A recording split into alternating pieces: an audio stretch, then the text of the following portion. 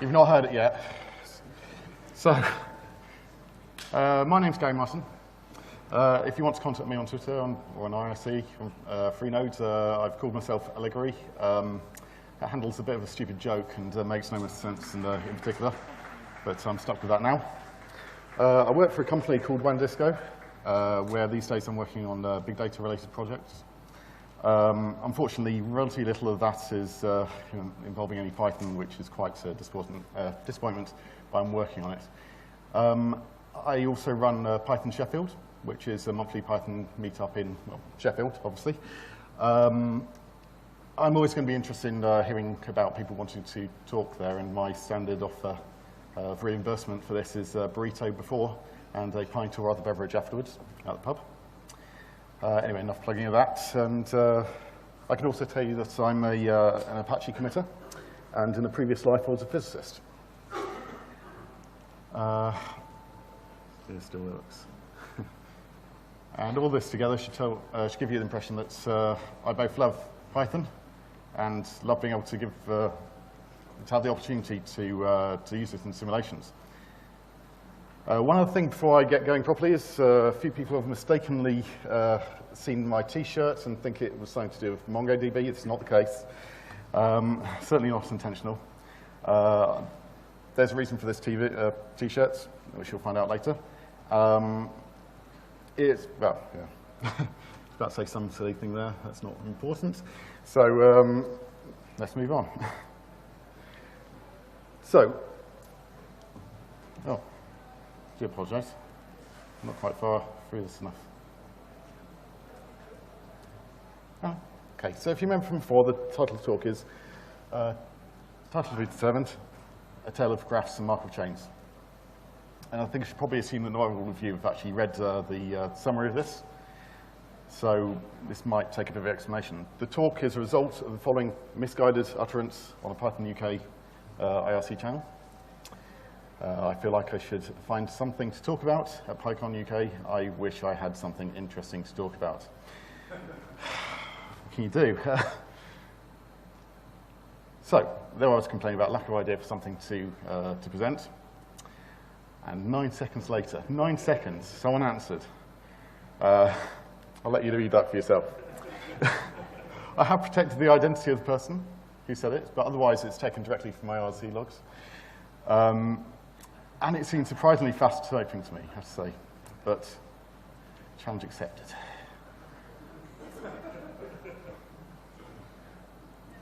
So, before I go any further, as a scientist, I've been taught to always structure my talks so as well. It may not just be a scientific thing, maybe it's just my science background, but whatever. But I tell people what I'm going to tell them, and then finally tell them the stuff that I told them. I might not do the last bit, who knows. But I need this content to pay for that. First, I'm going to explain the challenge that I just showed you. Then I'll describe Markov chains as a means to simulate conversations. I'll talk a bit about graph databases as a means to store the data.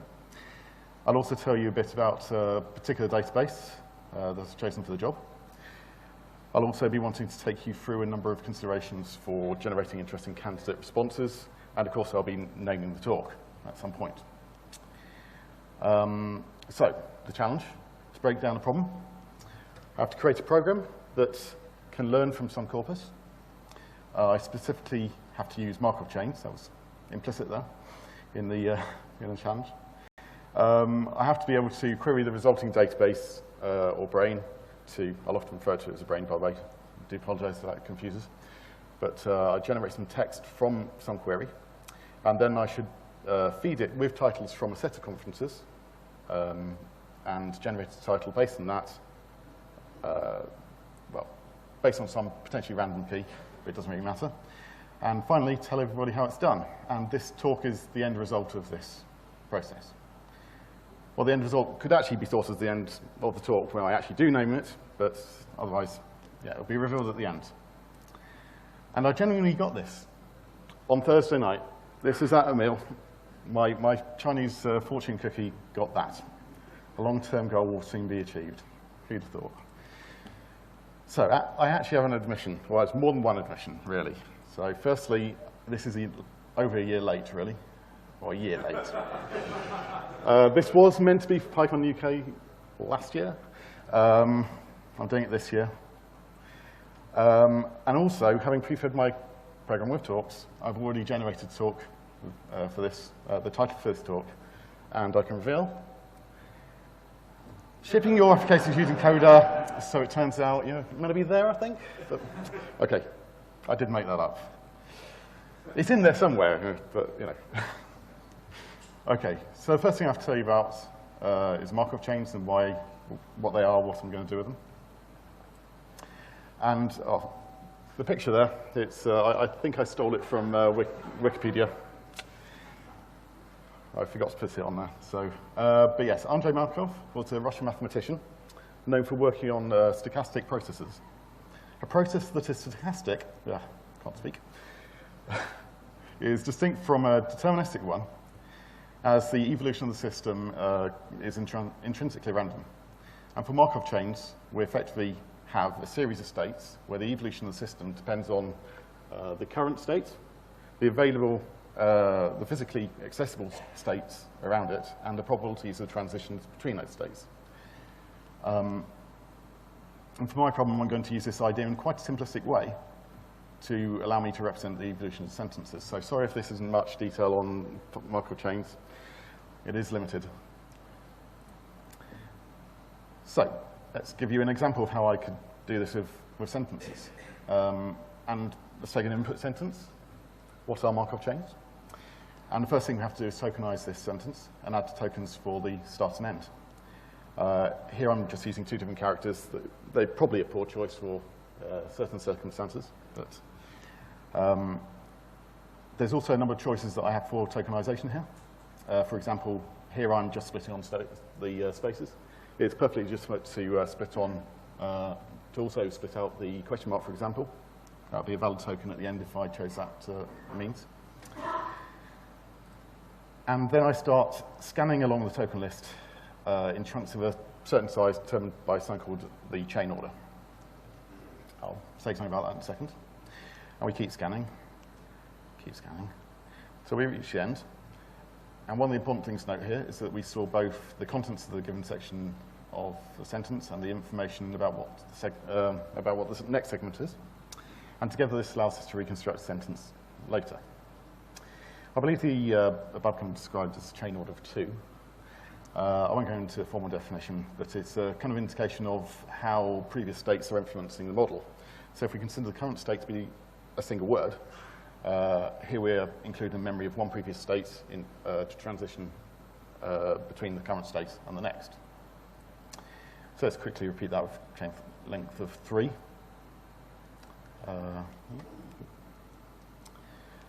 You might note that I'm glossing over what's happening at the chain ends. I'll come back to that in a bit. There's a few things that I want to get through about this. First, I want to offer you an interpretation of the node. And sorry if it seems a bit obvious, but the current state can be thought of as the final end of the node, and the previous elements are then just the storage of historical states. In reality, it hardly matters, but if you think about it conceptually, you're looking at a current state and the known past. So the next thing you're pointing onto is a future. In reality, it hardly matters. There's nothing wrong with choosing any of those elements to read off, as long as the choice is consistent. There's still a couple more things to note. I'm claiming here that these 4 lines are enough to get to the whole sentence, when it's required 5 lines for a chain length of 2, chain order of 2. And if I choose to read off the last elements of each node, here I'm technically missing the first first part of the state. And in my simulation, I actually keep all the states. So these are just details, really, but you're allowed to process these in any way that you like. So, obviously, there's lots of ways to store this kind of data. There's nothing specifically wrong with a SQL database for this, or a key value store. But as this is essentially a directed graph, a graph data certainly seems a reasonable choice. In addition, our application is going to be less interested in queries that pick out particular items in here. I'll need that, but it's not as important as how we follow the relationships in there. So in a graph database, which I'll describe in a bit, we're going to be able to make use of specific graph methods that will be provided for us. As I mentioned in this slide, the word groups can be stored as nodes, graph edges, then links between them. Mapping is pretty trivial. So graph databases are basically one of what's categorized these days as NoSQL. Effectively, they allow you to store data as nodes of the graph, and link your nodes to other nodes. And this makes them particularly excellent for descriptions of networks. And you can probably imagine the wider usefulness of this by considering this as nodes could be people, and the edges would then be, say, the relationships between them. And that sounds very much like a social network in the making. There's no particular restriction on the type of data that a node represents. All the edges, in fact, can often store data in these databases. And given this emphasis on connectivity, this type of database is generally a good choice where you're expecting less in the way of querying for specific nodes, as I said before, but instead want to walk the graph. Sorry.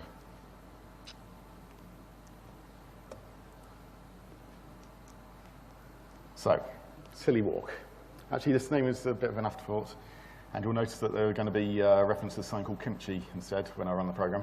It is generally the same program. This is just a last-minute thing that I decided this is a better name. Silly walk, Python related, And when you think of a better name for something, you don't want to risk changing anything. It's the kind of thing you might do, right? So, you may remember that I was not too happy with Python 3 bindings for ArangoDB. In fact, I don't think I mentioned it, but I think it was on the slide.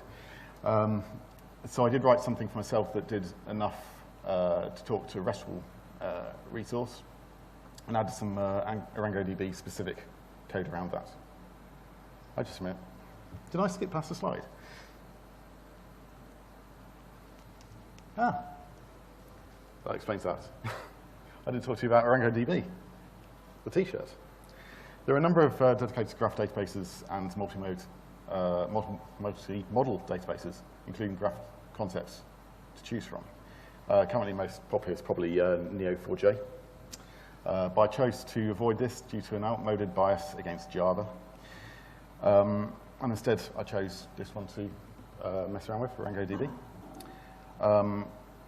It's multi-model, contains aspects of key value stores, document storage, and has an SQL-like language queries.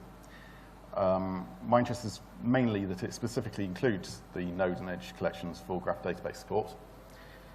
It is also open source, released under an Apache version 2 license. And I've also found the community very welcoming, which is why I'm wearing their t-shirt with pride today.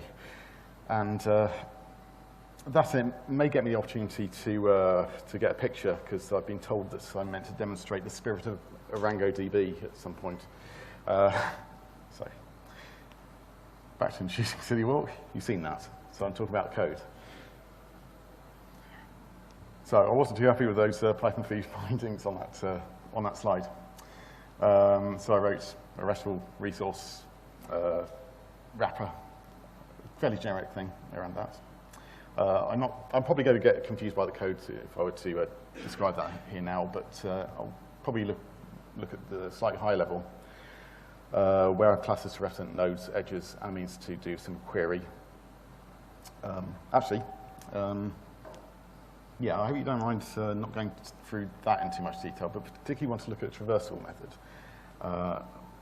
in there. So I haven't organized this part yet. Let's see if this works. This may not work. Ooh. This may go horribly wrong. Actually, try. That's traversal. So traversal class, actually.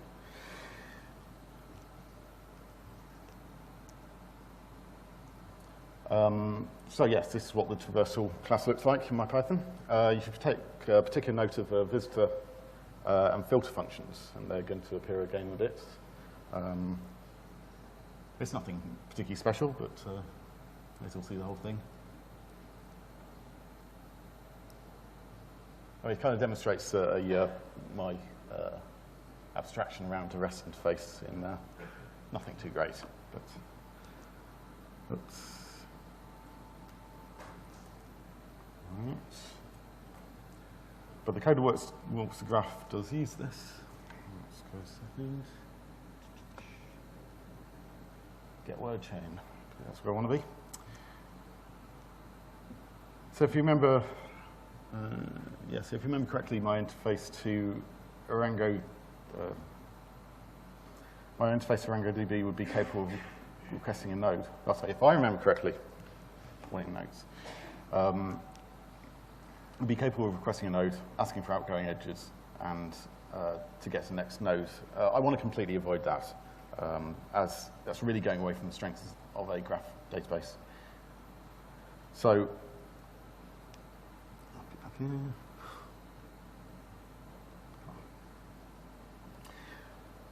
Instead, I can make use of the traversal that you just shown, and this gives us back paths.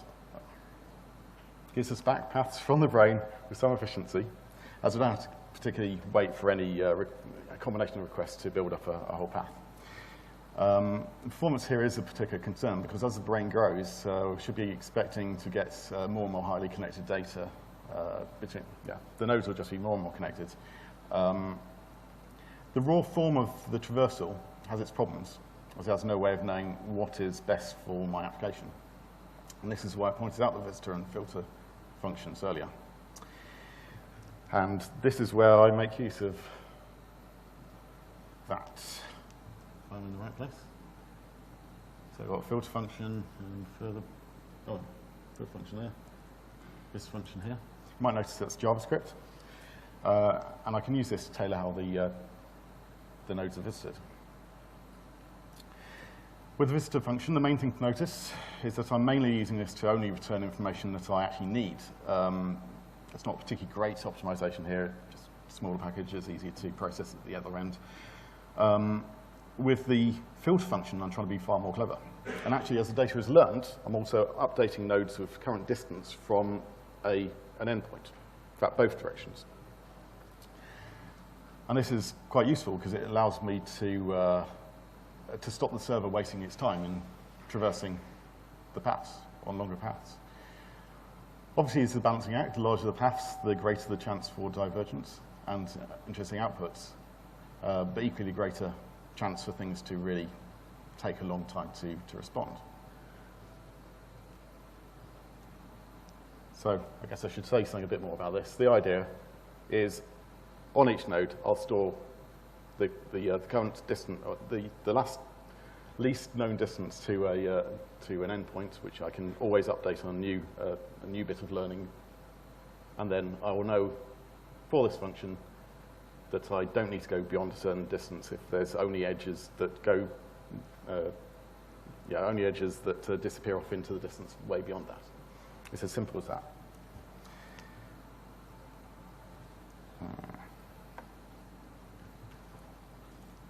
Turns out I need 3 screens, really. Okay. There's also some candidate. Back to this. Okay. Where is that? A bit further down, if I have time. Actually generates candidate replies in that, and the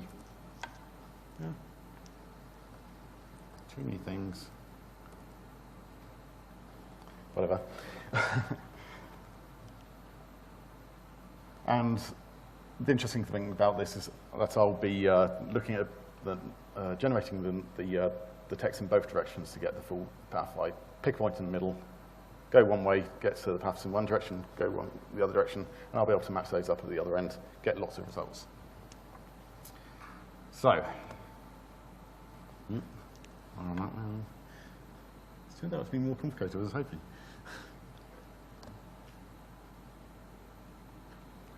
Okay, this is just in case. It's another of these. I'll stick with this one. This is an example of a graph in OrangoDB. It's a picture taken from their Graph Explorer, and you can kind of get the idea that it can be quite re-entrant and that you get lots of connectivity in there. Without a 10-minute warning, I'll avoid going more of that. And I wanted to give you some quick interactive sections. One thing that I want to do is to be able to collect lots of Daily Mail headlines and make the program generate some Daily Mail headlines. The problem with this is that then I'd have to collect Daily Mail headlines.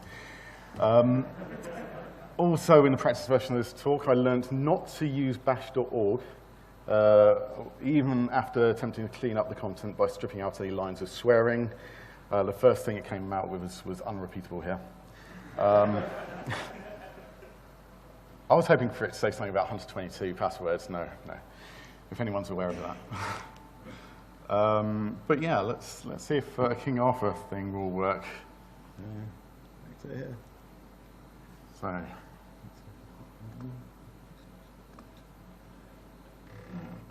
maybe this one.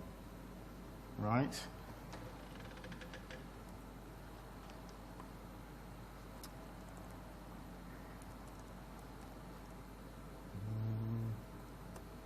Doesn't know.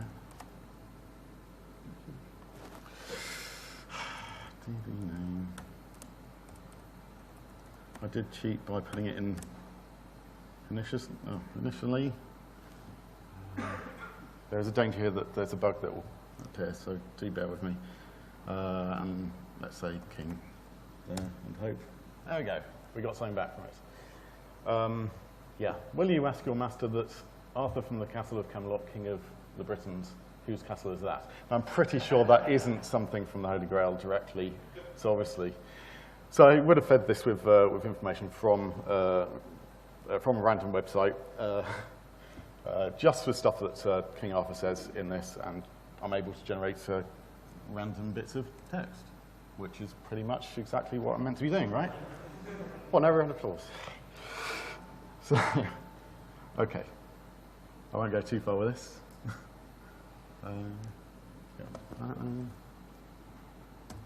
So, concluding remarks. I think I'm back on schedule. So I want to take you through some additional considerations that I've collected together here. Stemmas is something that I've got in here.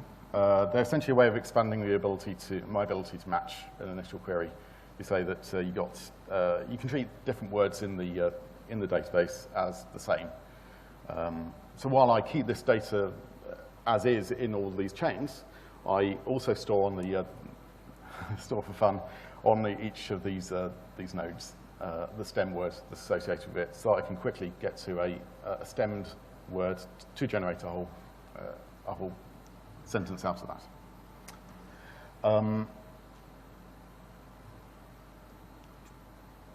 So, lost my place. Another thing that can be done, though I have not done, is to build some kind of thesaurus-like capability, again to try and expand the match of an existing query, or initial query. Another aspect of the problem is deciding what is an appropriate response, and this is, I guess, technically called scoring. And you can try to get better scores by doing things like measuring the length, deciding what the appropriate length of a string should be, saying, I want longer strings, short strings. You've got to have some kind of balance in this. Again, but I also considered that it might be a good idea to see if I could find puns in results, but there's no way I was going to get that done. I tried to discourage looping as well. I think actually I probably completely stop any looping in my response, but it doesn't mean that looping is completely a bad thing here. It might be interesting, but you want to put limits on it so it just doesn't spin out of control for ages. Although actually, if you remember, my maximum length modification does sort that out. But even then, excessive looping could be annoying. Also, avoiding excessive similarity to the input and perhaps the recent outputs I've had would be a nice thing. And yet another thing you could do is encode an understanding of inverting meanings. So again, a kind of thesaurus thing, but for example, if the input sentence was "I love you," then we might be able to get a response saying "I hate you" instead, without word hate ever being in the brain, just in the knowledge of the the thesaurus. And obviously for that to work, that's a post-processing step. So, I'm pretty much on time. Sorry? Drum, well, yeah. Let's see if this works. Slow down, slow down. You don't want to get... This could go hit us wrong. Shall I do this version with loading everything as well? Do you want to go the whole hog? So I might be able to cheat by doing... What, indeed, this is about as much as can go wrong, right? Yeah.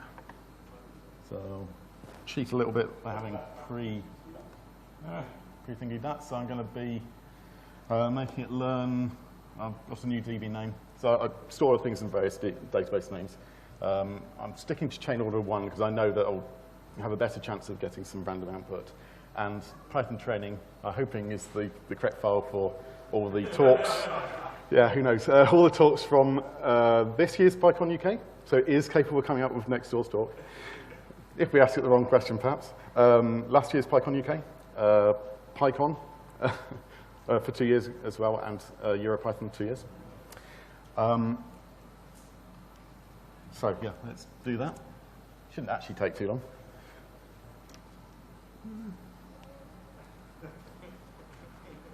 Has it finished? Come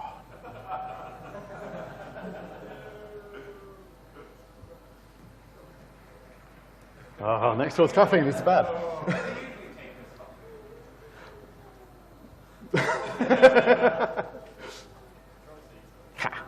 I knew it would work. Absolute confidence. So let's try that. So now, again, same talk title generator. I'm putting in Python. Let's see what happens. There we go.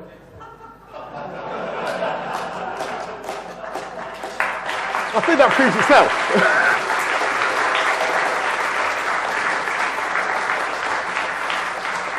Oh, my God. You further question or some more titles? Sorry? No. That's fine. That's it. Okay, that's my title. Yeah, mobile games to the cloud, even if you want to build a spreadsheet, work. A tour of the Python Axelrod library. Oh. Who'd have thought? So there you go. If I just go back to, yeah. Oh, you've seen that. That's. Any questions? We've got a minute or two, but yep. Oof. So thanks for that. The point of the database is that you go through and you build your Markov chain. Mm-hmm.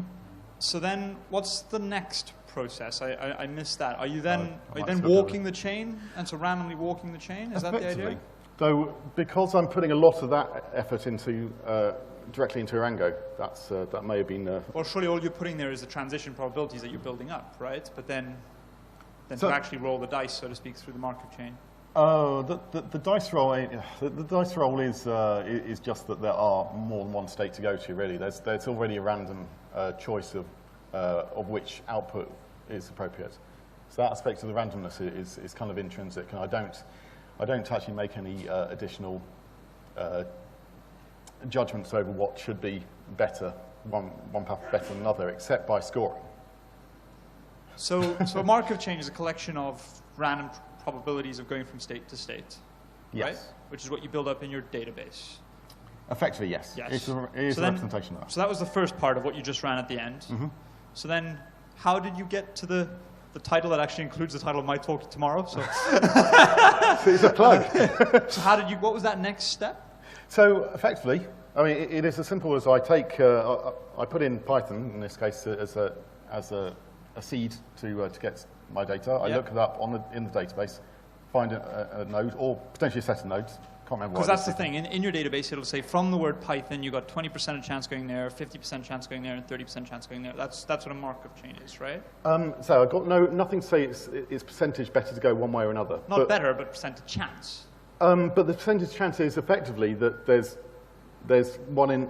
If I've got n ways to go, then it's 1 over n. So whatever, it's the percentage terms. You've got equal weighting on your chain. I don't make any judgment on that part, no. I just create the I'm not sure it's a Markov chain, then. It's more of a strictly speaking, graph, no. right? But, yeah.